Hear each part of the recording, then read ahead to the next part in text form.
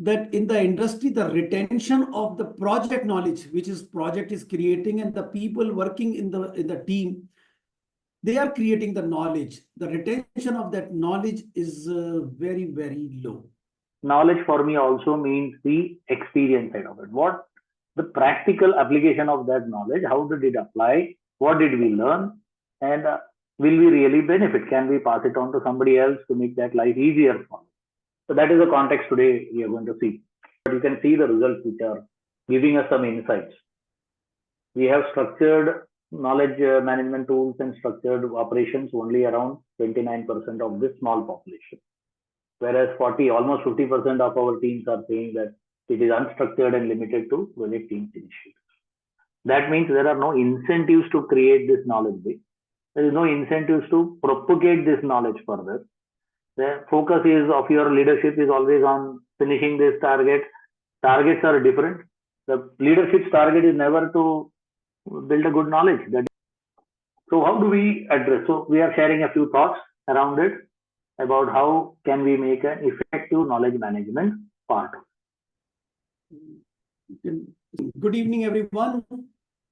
I am Vivek, Prakash, and Kalyan Raman, today's speaker. Welcome you all in this 17th episode of the Project Management webinar.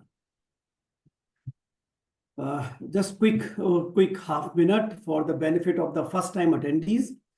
The Project Management webinar is initiated to support the people who want to perform better in project management, want to use project management tools effectively, efficiently, want to clarify their concepts, their doubts, want to have better understanding of project management,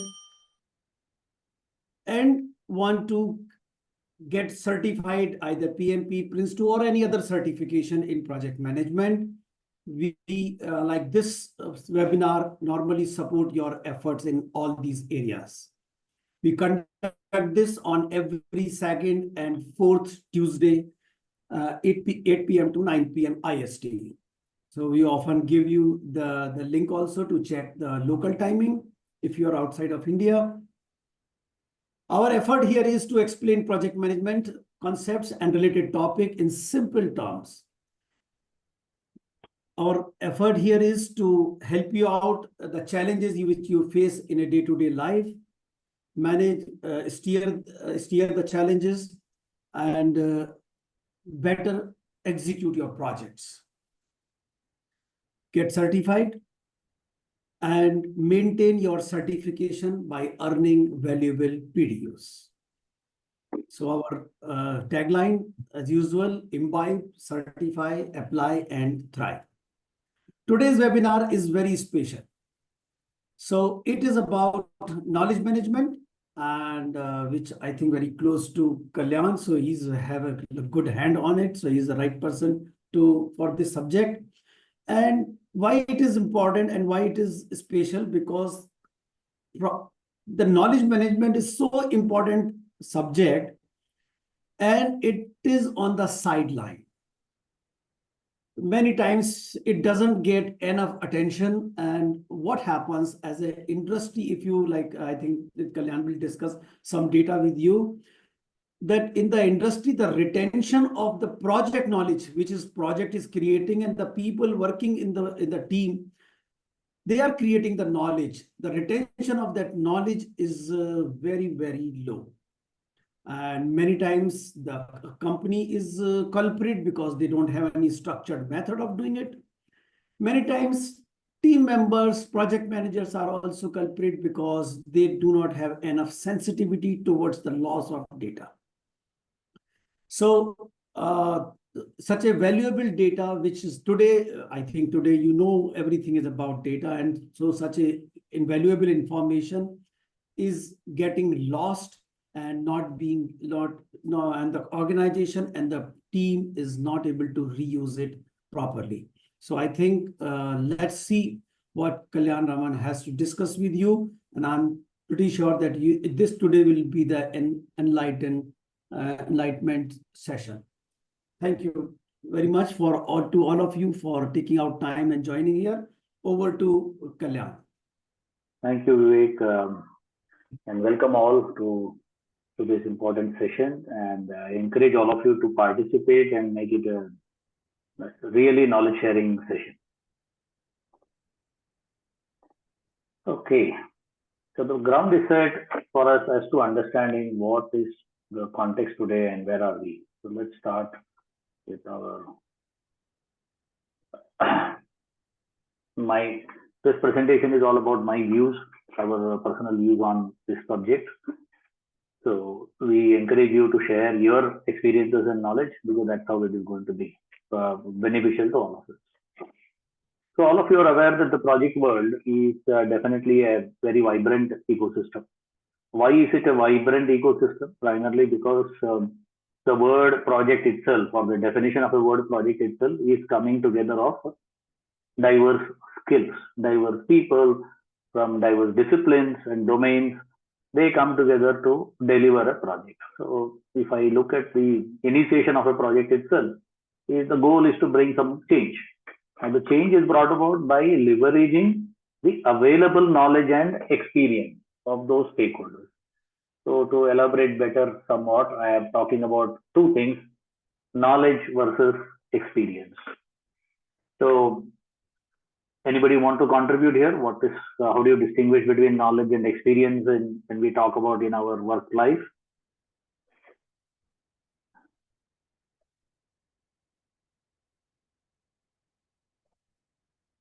So you can unmute and can discuss and can talk about it, or you can put your views in the chat also.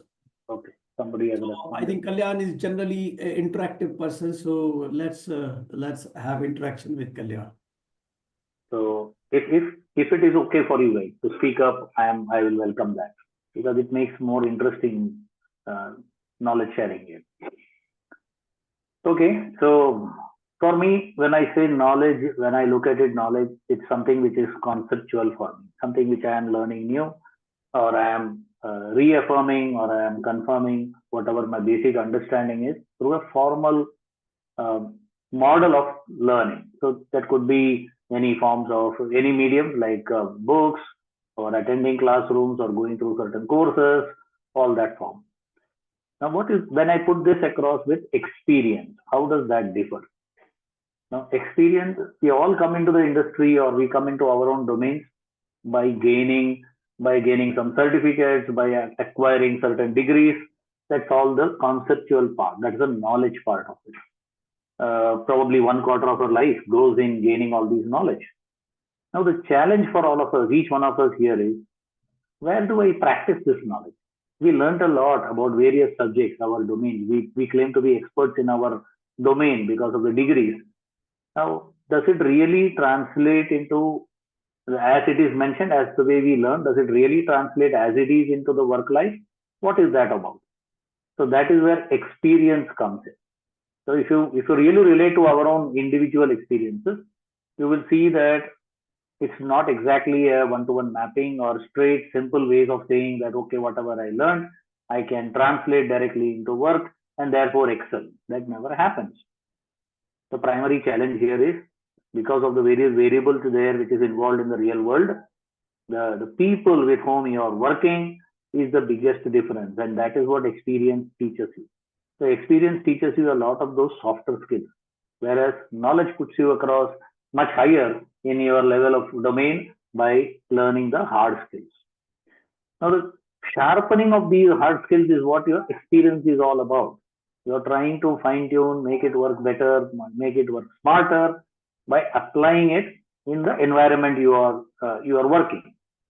So the problem for me when we talk about knowledge in projects, knowledge, we talk about it. It's not just knowledge of the conceptual side of it. Knowledge for me also means the experience side of it. What the practical application of that knowledge, how did it apply? What did we learn? And will we really benefit? Can we pass it on to somebody else to make that life easier for them? So that is the context today we are going to see.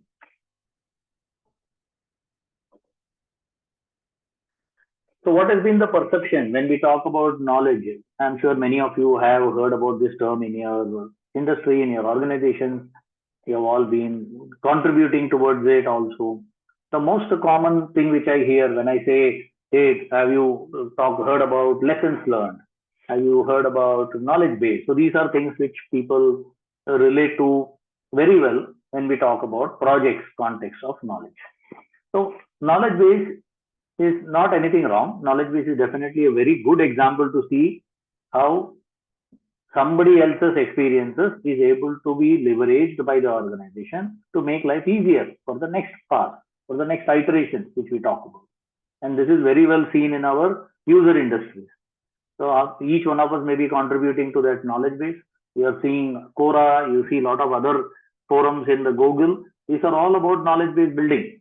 So we talk about experiences, we freely share our opinion, and that is what is picked up by others and leveraged by them for the same application or a related scenario they face. Now, why don't we do this more often in our work life? Is the question. Why is it not being done in the right way? What is lacking there? And why only certain areas of our work get addressed or taken care of by this knowledge base? It's primarily economic sense. All organizations look for businesses, and therefore, in business, what works best? The knowledge base works best when you're talking about operations and support. And that is where it gains prominence over a period of time. Over the last 30, 40 years, the history of support and organizations through IT services has grown significantly. So, what do you find? Outsourcing. Now, the moment you do outsourcing, this knowledge base becomes all the more important because you are going to hand over knowledge, past experiences to a new set of people. So this is where this knowledge base started building, the historical thing, if you look at it, and how it grows. The second aspect we talk about is the lessons learned. This is pretty common. We hear about it in every project we do, every organization we talk about, we interact with, they all relate to this. The lessons learned. Now, okay, this is one area where definitely you see it. Now, in the agile world, we also see a lot of discussions around what is called as a retrospective. So, what is this retrospective essentially meaning? We all do this exercise, we do this protocol called retrospective after every sprint. Does anybody really understand the real meaning of this exercise? Why are we trying to do it? And what are we trying to achieve by doing it? So, in the agile world, we always know that there are people from different domains put together, all brought in at the same place to ensure that everybody's inputs are taken and everybody gets to learn at the same time. So that is what is the perspective of retrospective there. And what do they share? They share their own learning across every sprint or every release, whatever your schedule is.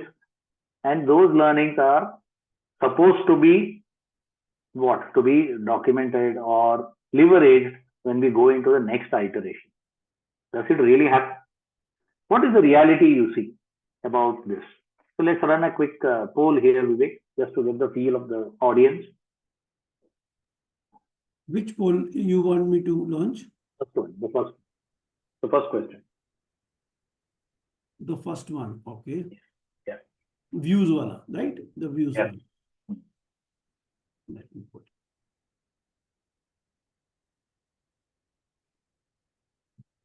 Friends, please put your opinion on this.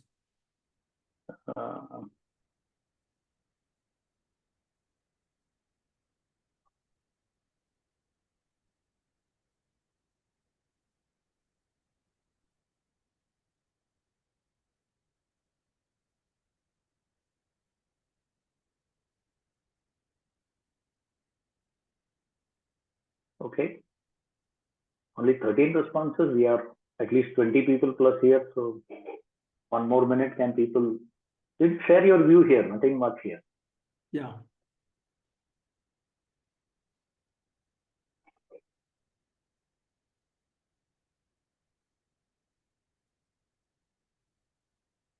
Okay, another 5 seconds and then we close it. I think let's do. I think some more people can give, give their opinion. It's just an opinion, but it doesn't tell who is giving what opinion. Yeah. So we really like to have the opinion of everybody actually. Okay, so 20 out of 21, 16 have responded. Okay. 17, okay. Yeah. 4 more people. Okay. Fair So enough. that's So what it is. I'm closing it. Yeah, let's see the result. So overwhelmingly, what do we see? Look at the results. So the results are visible right away. We can see clearly 47% of us are giving. It's a very short group, but you can see the results which are giving us some insights. We have structured knowledge management tools and structured operations only around 29% of this small population. Whereas 40, almost 50% of our teams are saying that it is unstructured and limited to project teams initiatives. So what does this signify and convey to us overall the current status of our scenario in knowledge management? Well, this is nothing new. This is the story across the larger landscape, across all industries if we look at. So what can we do about it? Now, is it worthwhile doing it? What do we want to see about it? So we will take a look at this. So the perception is clear. Now, this is one part of it. Now, let me take you a step back and tell you, when we start into a project, what is our perception and where things go wrong? Why the story, what you talked about, is what you are seeing. So let us discuss that. Okay. There is a question here. We will talk about it. We'll answer this later. My only request to all of you is please post question to everyone so that people in the group are equally knowledgeable and experienced. We can also get some input from them. Should I put the second question also? No, just give some time. Okay, sure. Yeah. Okay. So now when we get into a project, any project for that matter, as a team member or as a project manager, most of us are project managers here. We do have certain expectations, and we all know that when we join a project, we are all looking for value creation. What is this value creation or value addition? I'm sure everybody is able to relate to it. Now, there are tangible value creation aspects and there is an intangible component. So the tangible components are meeting the project objectives, feeling satisfied, customer to be delighted, those aspects. But what is it in there for me as an individual, as a team player or as a project manager? Am I not there in the project to gain something out of it? Am I not joining the project am I joining just for the sake of, because I'm idle, I don't have anything else? Obviously, that is not the reason. We are all joining with a particular goal. Each one of us has certain goals there. Career progression, learning new technologies, absorbing, working in a new domain, all that stuff. So this value addition plays a big role when we talk about knowledge management in project. So what is this value addition we are talking about? The intangible component means I need to gain valuable experience. That is the first goal for anybody. So whether the project is successful or not, secondary question. By working in the project, by working with a set of experienced resources, with a set of senior stakeholders in the play, I am bound to gain a lot of experience. Now that experience, do I make it worthwhile? Do I make it worth the time I'm investing in it? Is whose call? Is it my call or somebody else's call? It's just a thought which I'm leaving you. So what happens in the project typically? Now that is where you start the project when you get into it. But after initiation, kickoff, and when you get into the routine of project execution, we start drifting. Each one of us gets into a drifting mode. We are all moving along mechanically and doing things, not bothering to realize are we really adding value. We don't do a reflection. We don't do an introspection as to what are we trying to do here? What are we trying to achieve by doing this? And the behavior you see is this. Everybody is forced to focus on their deadlines. Their complete pressure always is there to meet their deliverables. And in a way, you lose interest in the project. So if you were to associate yourself from day 1 to day 30, day 90 or day 120 of your project, you will see this behavior predominantly seen in many of our colleagues. Some of you may be really motivated and really hungry to do it. And I'm just sharing the general perception which you see. So it's like for them, there is nothing to gain here. They see quickly, nothing new in this project. This is routine stuff which I am doing day in, day out. What value add am I getting out of this? So the focus is for the future, not thinking about the current project. The focus is already drifting Okay, is there anything else available there in the company? Can I switch? Can I move? So this leads to lack of motivation, focus on the deliverables. Then the vicious cycle they get into. Because if you perform poorly on your current day-to-day life, you are going to be impacted. Your deliverables are going to be impacted. You are going to be pulled up for poor performance, poor productivity, and so your motivation again gets take a hit because you are being pulled up in front of so many other people. So this story continues. How do we break this? What do we do to keep this interesting? What can we do? Can we do a spin to it to make it much more worthwhile for the individuals to contribute? What is that intangible component which is missing for these people? Day to day thing you are seeing. So this touches upon our human aspects also, our personal goals which we see in people management. The same topic could come up here. So how do we address this behavior? As leadership, what all things we can do? What are those few steps which we can do to bring about a subtle change in the behavior of our teams, make them more exciting for them, make the work more interesting, and you see a cascading effect on the projects for you. Is that possible? So let's see. So my thought here, first, it is as leadership for our end, for us to identify the various opportunities which are there in the project for our team members. First, for yourself, you are also a team member. First, identify that. First, recognize that there are similar opportunities for the team whom you are onboarding. Remember one thing, as project manager, who is staffing the team? I, as a project manager, I am responsible to staff the team correctly. So when I say what am I doing about staffing correctly, means I'm going to pick the right set of people, not necessarily only the experts who are given to us. The right set of people to deliver on the project and also add value to themselves. So can I do that? Can I pick the right set of people? And can you position this as a selling point, as a USP to the people whom you are onboarding? That's the first step. The second step is, how do I tell them? How do I enable them to build or to learn from this experiences coming through? So do we have a support system in place? Do we have a template, or are we creating an environment where this knowledge management can be done? Creation of knowledge, first of all. So this knowledge ecosystem, can I build it? So one of the problems which we always see, this project kickoff happens, everything goes through. Typically in waterfall, you will see this problem a lot more. Is the phases from the first phase to the second phase, that is the conceptual phase, to design, to build, to realize and hand over. Each is a new set of people. And in waterfall, typically you lose that knowledge after every phase because that set of people is gone. When the next set of people come on board, they have to again start off from where things were done. Yes, you may say there was a lot of handoff, transitions were there, documents were done. But what is missing is that very important experience of those teams when they did the conceptualization phase or when they did the design phase. They learned a lot during that process. Where is that? Are we capturing that anywhere?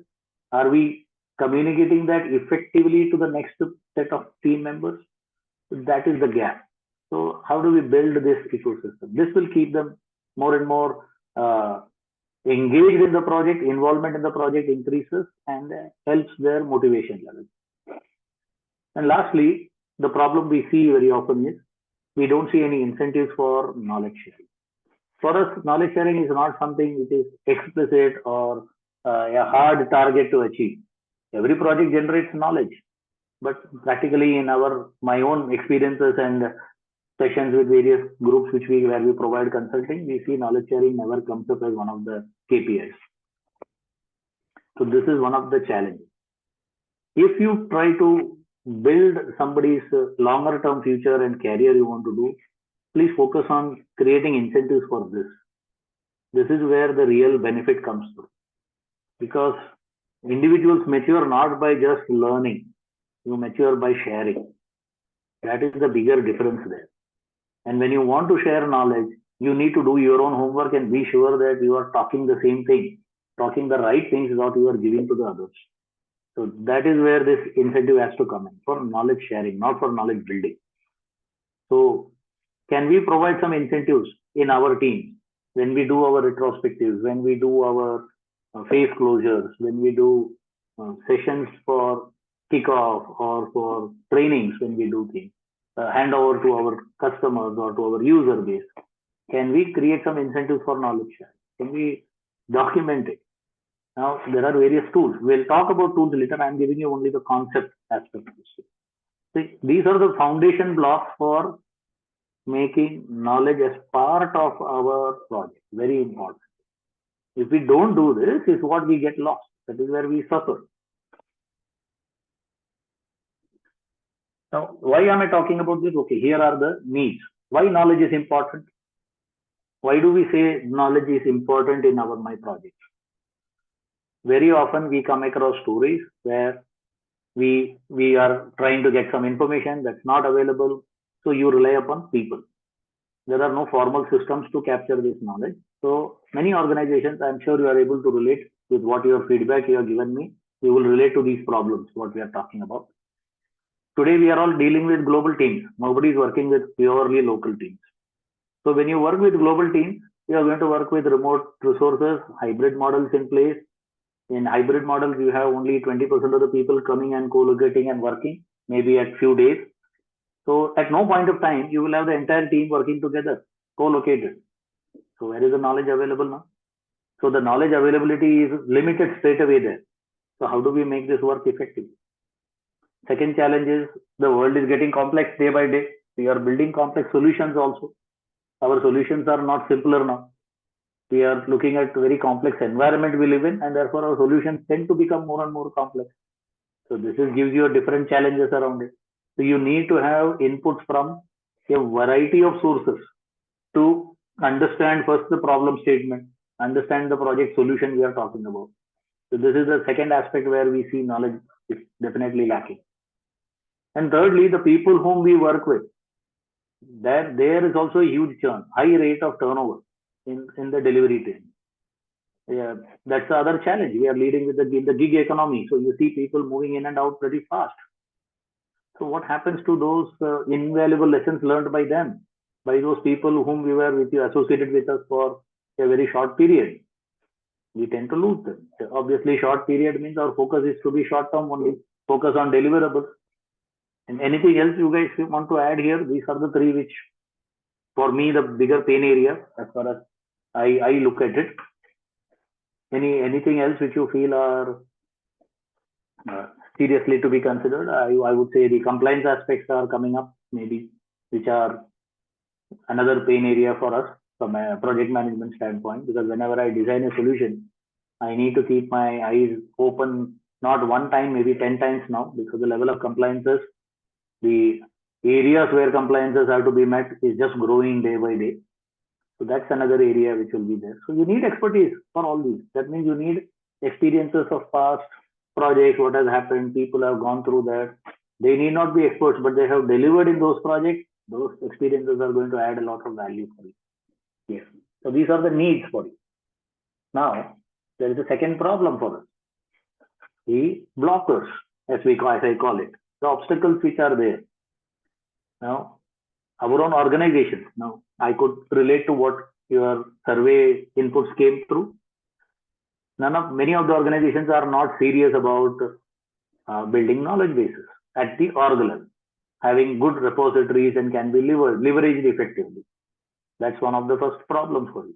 That means there are no incentives to create this knowledge base. There is no incentives to propagate this knowledge further. That's missing. Your team composition issues are there. So you end up losing that knowledge. Building the right team, you don't get the right people. The focus of your leadership is always on finishing this target. Targets are different. The leadership's target is never to build a good knowledge. That is never a target for them, because it's very difficult to translate the benefit of this knowledge in a straightforward way. It's available in a derived way. You can say, yes, if the knowledge base is there, I can reduce the headcount and therefore I can make better margins on my project. So it's not a straight calculation. It's a derived way of doing things. So the focus is not there to do it. So these are all some of the blockers or some of the obstacles which we need to clear to provide a suitable platform for us to generate knowledge effectively. Now, knowing these things, how do we go about addressing these problems? Can we do something given in these constraints? Can we at least start off somewhere? Is the question. So I'm coming with the basics here, because what I mean by knowledge management here is something which I picked up from a very good presentation we heard last year, defining that is KPQC is one of the well-recognized bodies on quality. So they talked about clearly for me that knowledge management is not just documenting, creating great repositories and having things. So the not part of it is what interested me more, because this is what everybody claims as knowledge management in organization. I have created a great platform. There is a great sharing tool available, accessible to everybody. So knowledge management is available. That's all they talk about. They lose the essence of knowledge management. Knowledge management is all about connecting people and to content. These are two very important aspects. The content has to be meaningful. Secondly, it should be able to connect the people. That means it has to add value to the people who are using it. If that is not doable, then it defeats the very purpose of what we call as knowledge. So how do you make this work is the second aspect. So first part is understanding what is knowledge management. When we say what do we need to do to make it effective, to make it useful, to make it value addition to the people who are going to consume it. So how am I going to do it? Now, the interesting part in knowledge management is every consumer is also a contributor. So there are two ways you can look at it. When I say every consumer is a contributor, first time I have a problem, I search that, I get a solution. Okay, therefore I am a user, I am a consumer. By reading the solution, I may give my vote. Did it work? Did it not work? That way I am also a contributor. I may also suggest probably a better option for that, whatever is there. So here is another way, third way, where I can add value to that database or to that solution base, whichever has been, which I am perusing. So this is how the knowledge base has to be leveraged, which sadly not many of us do it in our organization. It's there. It's there to be seen and used. It's like some Google repository is available there. Nobody vets it. Nobody validates it, whether it is still reliable, whether it still is relevant for this particular project. It's all just dumped there and said, knowledge base is there. You can use it. Everything is available there for you to use. That's the challenge. So how do we address? So we are sharing a few thoughts around it about how can we make an effective knowledge management part. So I have split it into two parts. One is from an org perspective, because as leaders, we are also part of the organization, so we need to push some things at the org level and see what we can do.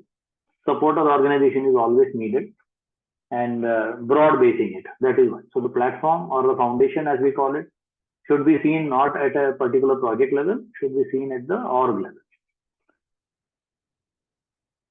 So one important aspect for me is creating a platform for it.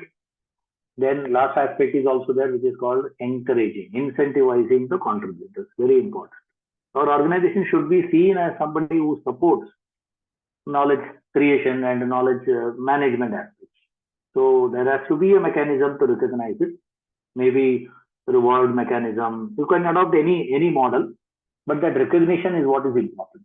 Could be monetary, non-monetary, whatever you want to talk about, but recognition is important. You could also push it across as per a part of your KPI.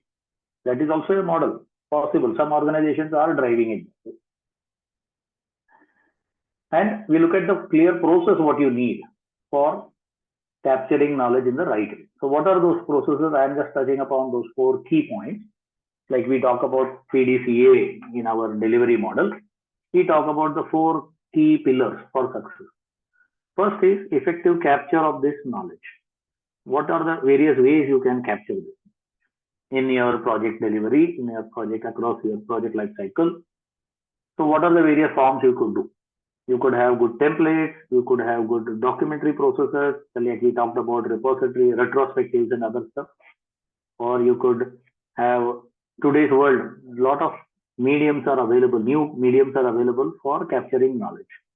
Like one example is like recording, what we are doing now, this session. So when we do a kickoff or when we do a review retrospective, can we do a recording of and ask people to share their inputs about those particular events or those particular deliverables we talk about? So we don't lose out. So there is no pressure on somebody to take notes, create the digest of it and build all that. Leverage the technologies which are available. So capture that, capture. And my input for you would be, my sincere input is capture it at source. Whoever is the best person to talk about it, allow them to share that knowledge, encourage them to share that knowledge. That is the best possible way. Otherwise, half of it gets lost in translation or in creating uh, the other word for it, translation. It's like documenting it. Somebody understands it, interprets it, and then puts them back in their own words. We lose that. Half of the essence is lost. So encourage people to capture this knowledge as early as possible and at the right time. So by the right source. This is step number one. Second part is, how do I index it? How do I make meaningful tags for it so that it becomes searchable? That is the second component. So that is where the dissemination aspect comes. The intelligence comes here now as to how do I disseminate this knowledge now. And when I am disseminating it, the secret lies here is categorizing. How do I assign the right categories for this information so that it shows up in those relevant searches by different people? So you could group them either by domain, either by solution area, or by user experiences, various forms in which you can categorize them, which will make it, the same data is available, therefore, in all those searches, which is done. And that is how the larger the usage of it, the better benefit you are going to get for the larger community. So this dissemination is the key. The platform should support creation of those right tags, the right searchable context, and be made available. Second aspect is around dissemination is the validity of it. So there could be a disclaimer some point of time, this is valid in this context. So you are filtering the information by putting up a disclaimer there so that the right people use it in the right context. Third aspect is reuse. So you have put the information, you have made it available. Now, how well is it getting used? So the feedback mechanism. Was this particular piece of information or this knowledge, did it make sense to you? Did you gain something out of it? Can you share your feedback? So that feedback should be captured in the same tool, not in separate any other tool. So that is done well by all these various customers, these knowledge-based systems which I talked about. There is a feedback, there is a response to it, you rate it, and based on that rating, you decide, okay, this is a good solution or not. Can we look at it and revisit it? So that is the reuse component of it. The fourth aspect is keeping this database, knowledge base up to date. This is where the real intelligence comes in, and making sure this database is being really used by the relevant people. So that is what updation is all about. It's not just ensuring a system update or like that. Ensuring the data is made relevant for them, for the community. And how do you do it? Two parts. One is the duration. How long has it been there historically? Second aspect is the feedback. Gives you a very important clue. You have to act on that feedback and update. That is what is this update here I mean. Act on the feedback. The sections which are not relevant or you have got poor feedback, put in efforts, reach out to the people and update them. Make it relevant now. So your knowledge base becomes current and usable as we go along. And that's where the follow-on is recognition for people who are all going to contribute and work on. So a simple 4-step process which can be done on any tools which you wish to use, any technology which you wish to adopt. This can be done simply even on pencil and paper as well. Simple repositories which you can create in your organization is possible. For example, how people were all looking into the libraries earlier. Why we were all users of library systems long ago, before the computerization all came into place. Libraries are being maintained pretty well, so it's all possible. So this particular 4-step process is all they do there. They don't do anything different over. So from an individual standpoint, what do I need to do? At the project level, that is what the individual level, as a leader, individual leader. I need to now replicate this whatever is available at the org level, assuming it is being created, I need to replicate it. I need to see how do I encourage people in my project to take this forward. So this is the framework for formal knowledge part of it, which is the explicit side of it, which is often being done, which we talked about in retrospective. You create lessons learned, you have that register, people write stories there, everything is done. The challenge there is the difference between explicit and implicit knowledge. The explicit knowledge, the written documentation is hardly 5 to 10% of the knowledge base or the ocean of knowledge which the team has. So this is to be supplemented by having implicit knowledge sharing. That is, conduct either a live session or a demo or a prototype session or whatever we call it, to walk them through, conduct a walkthrough, tell them to discuss those issues which they came across. It's like a storytelling session where they can share their journey and tell this is what we experienced and this is how we went about solving our problems. Now it serves two things by telling a story. One, it enables them to recall whatever happened, and that resonates well with the people, the audience, because many of them connect with similar experiences, so they learn from it, how they tackled it. Second aspect of it is, it gives a good starting point for the next set of people, for the next iteration, where the project is going to go ahead.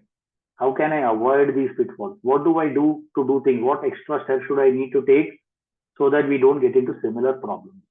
It helps you to manage risk better. It helps you to give some early warning symptoms, indicators here. Your team members can actively contribute.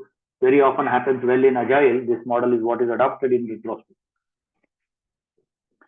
Finally, support them with the right tools, which will give you time-saving solutions for your teams. So if you can adopt the modern mediums as we talked about for capturing knowledge, like I gave one simple example of recording. So if there are any other tools which are available at your end, like repository systems, which can be real time, which can make their life easier, yes, please encourage them to use it. So that will ensure two things. One is their productivity doesn't get impacted much by trying to document and capture everything. This helps you to do it. And second aspect is the recording. You are not losing that much.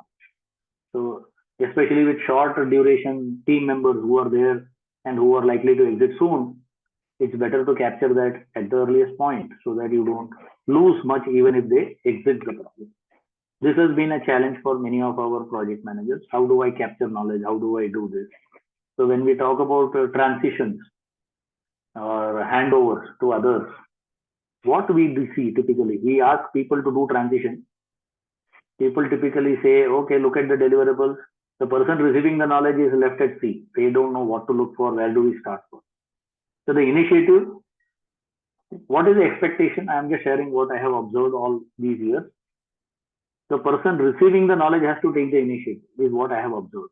They need to read through a lot of material. They need to talk to people, figure out all that stuff and come. Now, why don't we change this a bit? Why don't we ask the person giving the knowledge to step up first and say, okay, here is the guidelines. These are the things you need to read and start off so that he doesn't get lost. And then do that session, which will be a big value add both ways, because then the second person is better prepared.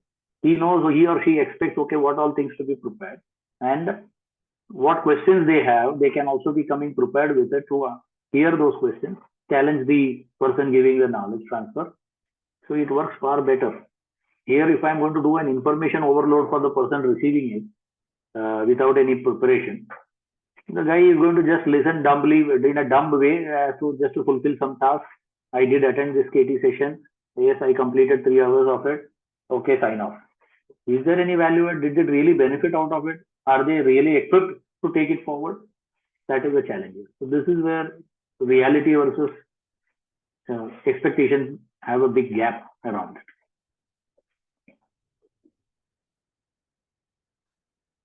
So we talked about various tools. So I just shared, picked up from Google the top tools which are available in the market and which are pretty popular, because I did see all the ratings of all those users which have been talked about there. These are third-party tools which are available. in addition to this, if you look at it in any organization, many of us have ended up developing our own knowledge management systems. We have invested in resources our own, and we feel our knowledge is pretty patented, confidential, and all that stuff. So we don't allow anybody else. We do our own tools and techniques, and we develop it and build it. Now, what is the latest things? AI. Now, can we use AI? Can we leverage AI for knowledge management? Is the next question for all of us to talk about. So, will AI help us to make things life better? Can we look at leveraging mining the existing knowledge and do things better for our organization, for ourselves?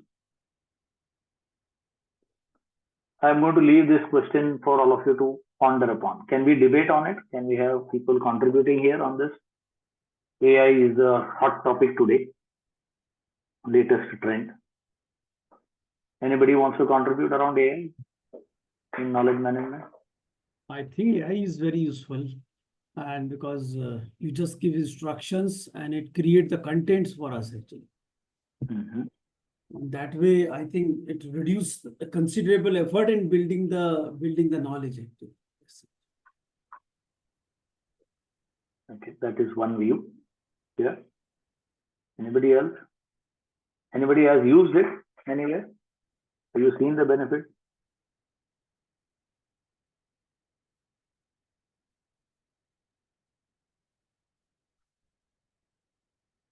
Good evening, I'm Kailash. I Yeah. agree with Vivek's input. AI is definitely a integral part of IT nowadays because it will not just adds on to the data, but also help us to utilize and make full optimum use of the available data. So AI is a plus point for us. Okay. So, has anybody tried using AI on your knowledge basis? Anybody here in this group want to share some experiences? Have they done it?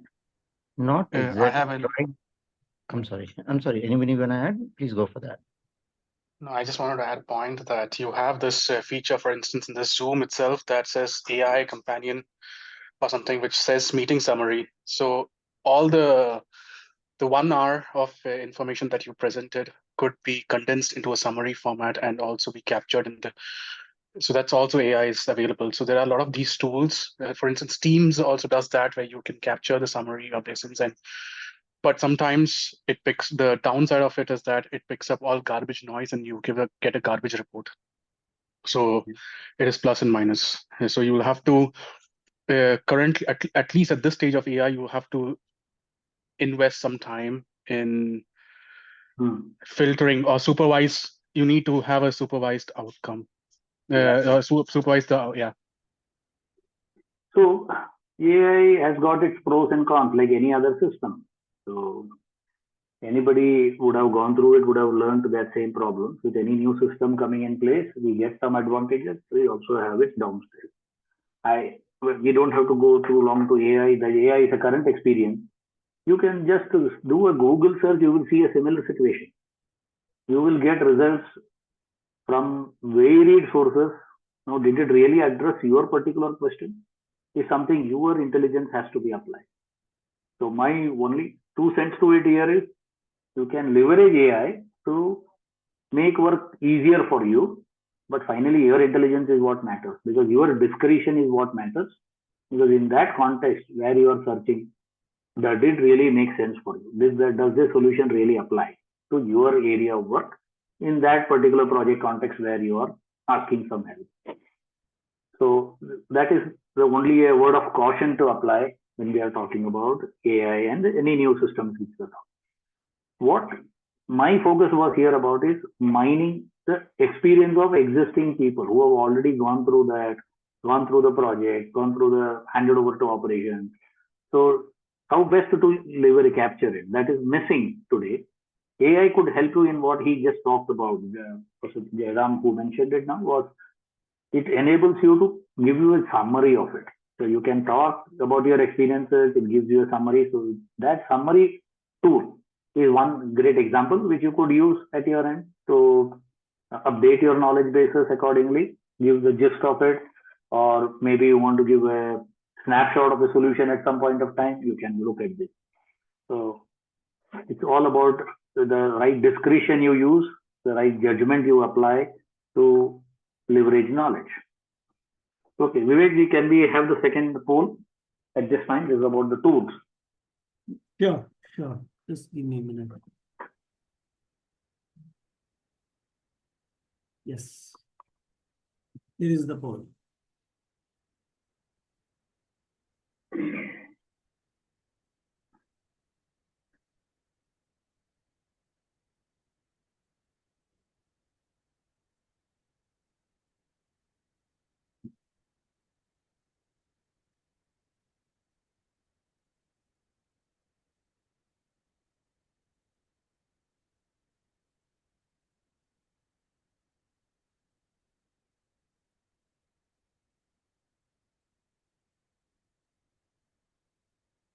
Well, we are just seeking inputs about what is currently happening at your end, not what should happen is a different discussion.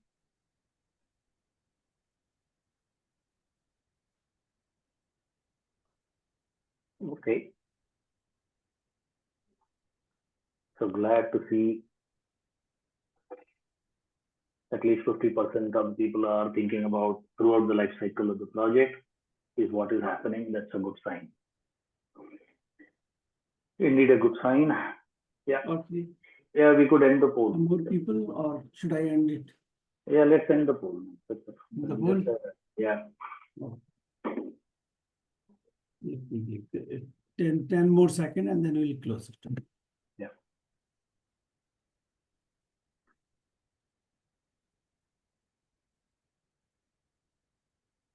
Okay, let's close it.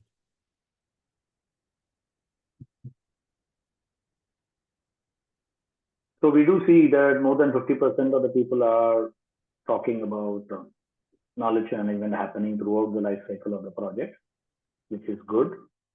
So when we say throughout the life cycle, my intent was to talk about right from the beginning, from the time the project starts till the project ends. That's what the entire life cycle. And that is the onus on the project manager to ensure it happens throughout with providing the right tools, providing the right platform for it. So that happens, good. So still there are areas of improvement for people who are experiencing it at the end of the project or the phase.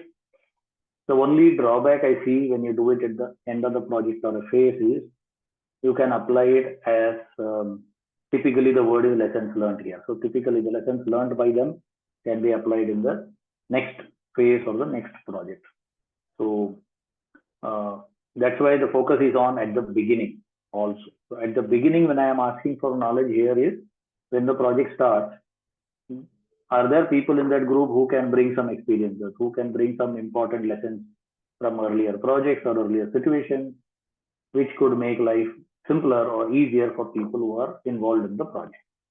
So knowledge discussions or sharing even at the beginning is equally important. That was the context for us here.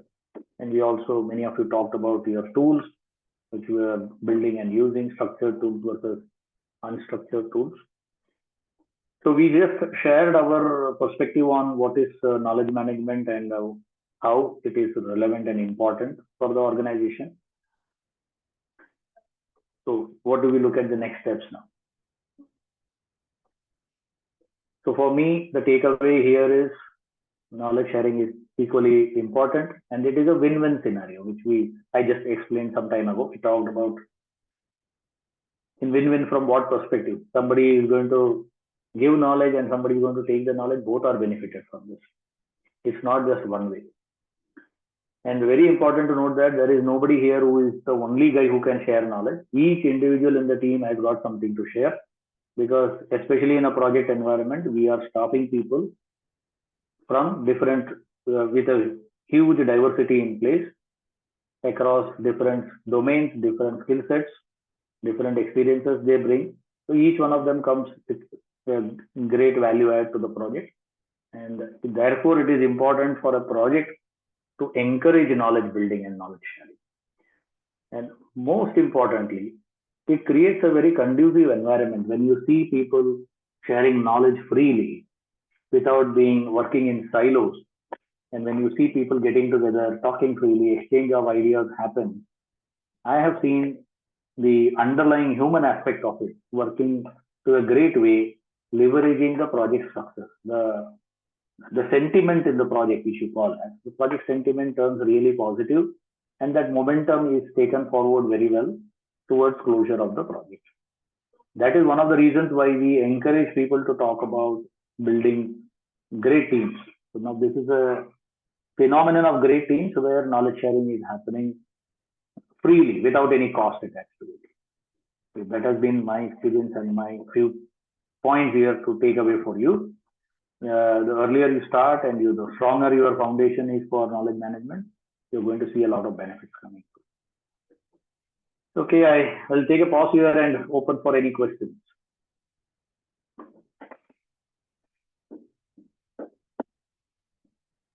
We did have one question posted at the beginning. Yeah. So in the chat, there is no questions. You can stop the sharing the PPT.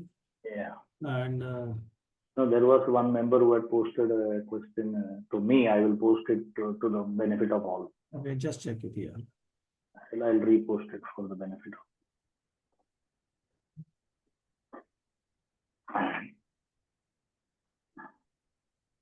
In a waterfall methodology, how can I introduce retrospective? Okay. Good question. So retrospectives, as you understand in Agile, it's all about sharing experiences. So in what the word is retrospective, that's it. The forum is similar. Forum is available in waterfall also when we do it. Only thing it's not called as retrospective. It is called by a different name. We call it as reviews. We call it as project phase end review. We call it where discussions happen. So in waterfall methodology, you can do interim sessions you can schedule, knowledge sharing sessions you can schedule based on the progress which you make. How often do you want to do it? The call you take depending on the nature of your project. It is possible. It is being done also. It's not that just the labeling is different over there. I think he means that at the end of every iteration we can do the retrospective, but in the waterfall, where we will do it? At the end of the phase. That is when each phase ends there. That you have got your conceptual phase, build phase, design phase, testing phase. You can do it at the end of each phase. If the phase is too long, maybe you want to take an interim check in between, depending upon the size of the project you have talked about. Because knowledge is lost if your phase is too long. 6 months or more, you can't wait for the phase to end to do that knowledge transfer. That will be too long. So you have to do it at interim level there. So it's a call for the project manager to decide. The first question is, do you really value this knowledge building and the knowledge generation which is there? Is it important? If it is important, I'm sure the project manager will factor that in their schedule clearly as a knowledge sharing session or as a review session, whatever name you may call it, but this session would be there for you to add value, bring about some synergy, bring everybody on the same page. That would what you would do for that model. Any other question? Yeah.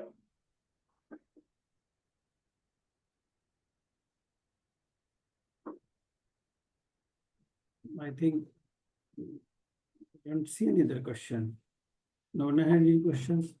So I would encourage people to share their own experiences about knowledge management. We can look at some tools if you wish, if any of you wish to share, bring your experiences to this forum. We could learn maybe the pros and cons of it, some benefits and some challenges you had and how did you overcome it. Because tools in knowledge management are numerous tools are there. Whatever I showed you are just the ones which are available as products or services. Many of you would have done through at your own homegrown solution. So we would be happy to hear from all of you.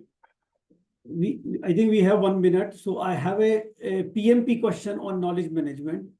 So let me throw this. Yeah. People do not have questions. So I thought, let me put up a question. Let people attempt this question. So yeah, let's attempt this question. This is a PMP question. 1 minute for you.